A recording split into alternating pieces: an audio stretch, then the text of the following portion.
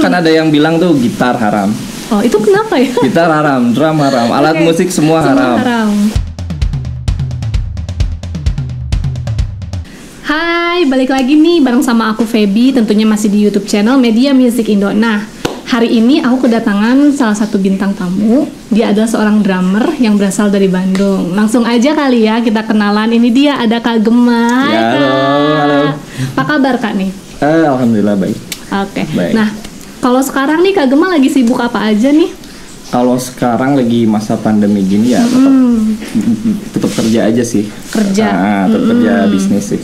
Sama paling kalau lagi jenuh bikin konten mungkin. Oh, konten bikin berarti. konten. Sama paling bikin cover lagu gitu sih. Bikin cover drum cover sih. Nah, kan yang kita tahu nih Kak Gema ini adalah seorang drummer. Nah, pengen tahu deh perjalanan karir. Dari mulai awal gitu, kenapa kok bisa awalnya mulai suka main drum kayak gitu, kayak gimana Kak? Jadi awalnya tuh nih agak panjang nih ya ceritanya. Iya boleh, nggak apa-apa. Jadi awalnya tuh sebenarnya aku dulu pengennya tuh jadi pembalap motor sih. Sebenarnya dari pembalap motor. Sebenarnya jadi crosser sebenarnya. Cuman emang dari dulu tuh dari SD aku udah diarahin sama orang tua supaya jadi musisi mungkin. Jadi dikasih kejutan, tiba-tiba dikasih drum tuh ada di rumah. Nah gitu. Itu kelas 5 SD kejadian. Kelas 5 SD. Ya dari situ mulai latihan drum aja sendiri. Bikin latihan drum sendiri, terus sempat ikut les juga. Sempat ikut les, ya. Cuman untuk lesnya tuh paling cuma 3 bulanan lah. Sebentar, berarti sisanya sendiri. Otodidak. Jadi dulu ada referensi band yang ada referensi band yang aku suka sih kayak Slipknot. Jadi dari SD tuh aku udah suka musik metal. Arahnya tuh udah suka ke situ. Jadi aku beli VCD dulu, zaman dulu tuh kan kita VCD tuh zamannya tuh.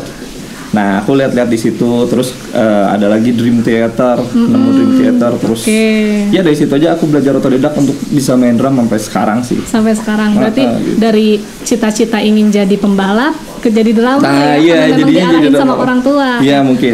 Nah kan orang tua itu ngarahinnya itu untuk jadi musisi kali ya. Nah selain main drum nih Kak Gema biasanya main alat musik apa aja? Aku gitar. Gitar bass, bisa juga. Semua.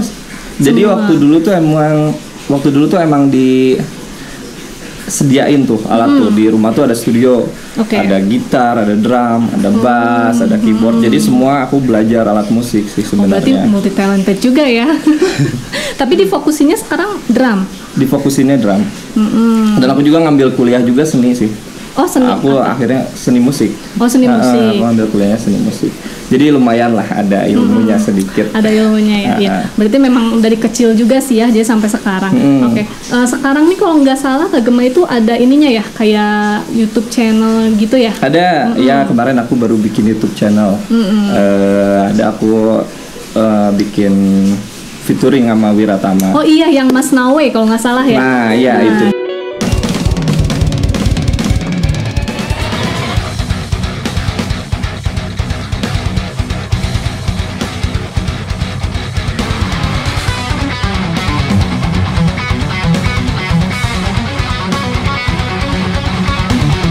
Gimana? Diceritain dong boleh prosesnya. Jadi prosesnya tuh kan ini kita bikin di masa pandemi nih. Jadi dari waktu Februari. Awal-awal berarti. Awal Februari. Aku tuh bikin dulu cover drum. Terus akhirnya ada kejutan tuh waktu bulan puasa. Aku kan waktu itu sempat dengar lagunya Isyana. Nah, Isyana tuh yang judulnya Lexicon. Oh iya, yang Lexicon. Aku denger, nah ini lagunya kayaknya cocok deh sama mainnya aku tuh. Nah di situ aku bikin cover drumnya. Iseng sih sebenarnya. Jadi emang nggak terlalu diniatin gimana, cuman karena emang suka aja, nggak mikirin harus ada viewers, nggak ada gimana, asal bikin aja gitu. Itu yang di post sama Isyana bukan? Nah iya itu. Yang di post di IG-nya itu. Nah iya itu. Nah ya, aku kagetnya itu sih. Diposting sama Isyana, ya kan gimana ya, kayak seneng banget lah gitu tiba-tiba diposting sama musisi yang luar biasa sih. Dia tuh hebat banget. Iya sih hebat. Perempuan deh. Ya perempuan. Hebat. Nah di situ langsung ada seorang gitaris yang hebat, namanya Wiratama tuh, gitaris dari Bandung tuh, the best tuh. The best. Nah, Gem, lu daripada cover drum terus, mendingan lu bikin lagu deh, lu bikin YouTube channel deh. Nah, kata dia begitu. Ya udah boleh yuk. Kita bikin. Nah, akhirnya di situ proses kita bikin deh gitu. Kita bikin demo-demonya. Ya, jadi kita bikin demonya, kita workshop. Nah, langsung dalam jangka waktu paling seminggu 2 minggu mungkin ya. Iya. Itu langsung jadi. Cepet ya? Cepet sih. Jadi kita ke studio tuh kita langsung bikin apa ya? Kita langsung bikin aransemen sampai jadi di sana gitu. Iya. Lalu kita teruskan prosesnya, kita bikin video klip dan akhirnya jadi kita launchingnya itu di bulan Agustus kemarin. Agustus kemarin. Ya sih, alhamdulillah lancar sih dan hasilnya memuaskan sih. Memang keren. Aku juga nonton sampai berkali-kali sih sebenarnya. Soalnya jarang-jarang aku tuh suka musik yang keras, tapi pas kemarin ngeliat aransemen yang drum sama gitarnya Kawila itu keren lah. Di situ mulai awal mula aku juga kayaknya mulai tertarik nih sama musik yang ini musik yang keras ya. Oke, ini kan judulnya itu Mas Nawe ya. Pengen tahu dong itu kok bisa terinspirasi dari mana? Namanya Mas Nawe itu punya arti khusus kah? Kalau judul Mas Nawe itu ini kan perjalanan kisah aku sih sebenarnya ada di dalam situ. Ya. Mas Nawe itu diambil dari kitabnya Syekh Jalaluddin Rumi. Syekh Jalaluddin Rumi itu seorang sufi. Nah, dia judul kitabnya itu sebenarnya Matsnawi. Matsnawi, tapi aku bikin ejaannya itu Matsnawe. Jadi ujungnya W. Kan ada beberapa daerah yang I itu dibacanya jadi E. Ya gitu sih. Jadi kayak ada bacaan Quran misalkan wadduha, ada yang dibaca jadi wadduhe. Ada yang gitu kan macam-macam ya gitu. Nah, aku ngambil dari situ. Itu kisah perjalanan seseorang yang mencari Tuhannya. Nah, ini kan merupakan rangkaian perjalanan hidup aku sih sebenarnya di dalam itu tuh. Nyambung banget tuh sama itu. Sama aku satuin nama musiknya. Jadi di dalam musiknya pun ada bagian keras di awal. Ada bagian keras, mungkin orang lagi pertama belajar hijrah, mungkinnya bisa disebut kalau hijrah misalkan. Ada yang langsung memvonis orang begini, memvonis orang begitu. Wah, ini nggak boleh, ini haram, itu haram. Mungkin pada lalu di tengahnya lagu itu ada yang bagian tenangnya. Ya mungkin itu di saat tenangnya gitu ya. Udah tahu semakin banyak ilmu, orang itu semakin tunduk. Seperti ilmu padi kali ya. Seperti ilmu padi ya, seperti itu. Ya, sampai akhirnya orang itu mengenal dirinya sendiri. Jadi untuk mengenal Tuhan itu kamu harus kenal dulu siapa sih diri kamu. Jadi sebenarnya semua orang itu manifestasi Tuhan. Jadi gambaran dari Tuhan itu sendiri. Jadi ketika kita menghina makhluk sama dengan kita menghina Tuhan. Seperti itu sih. Iya benar, luar biasa sekali nih. Tapi memang aku juga denger nih Kak Gema ini lagi senang belajar agama ya Kak ya? Lagi belajar tipis-tipis lah. Hijrah ya. Belajar hijrah ya, tapi ya tetap tenang sih. Iya. Sama nih kayak bajunya yang dipakai nih, ada tulisannya dunia sementara, akhirat selama-lamanya. Nah, ini ada ceritanya nih.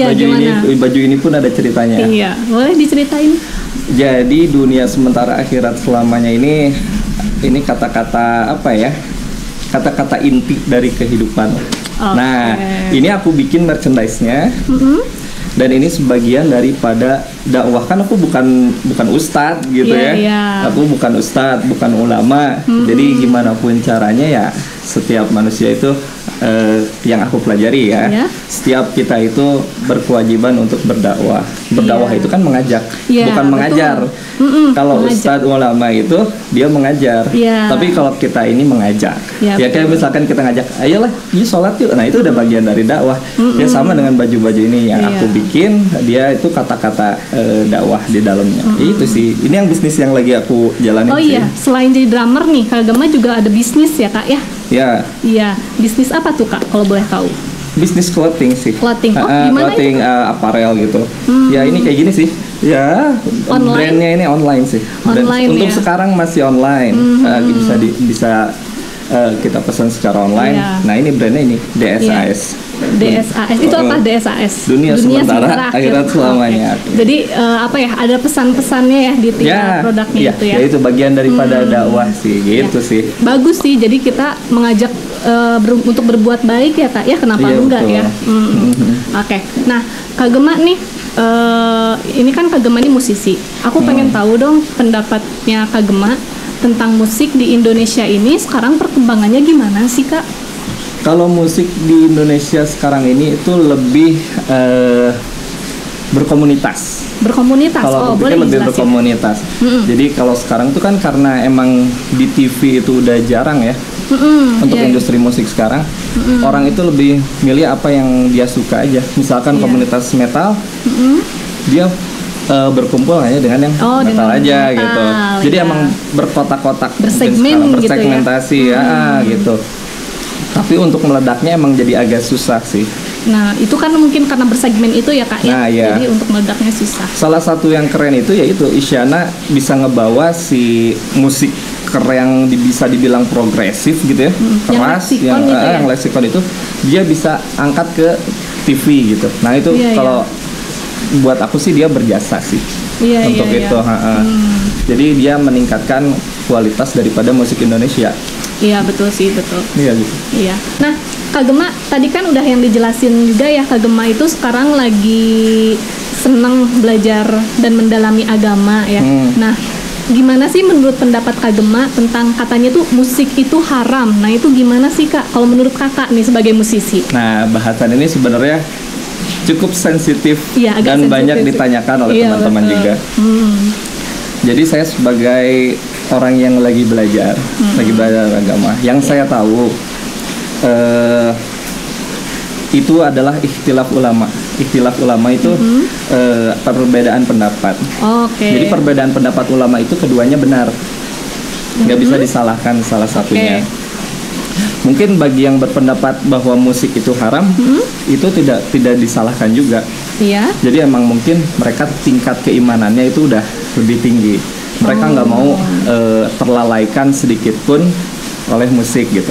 Nggak mau meninggalkan ibadah gitu ya. Bahkan ada ulama yang berpendapat sedetik lupa kepada Tuhan, kepada Allah, sedikit lupa, itu juga bisa jadi haram.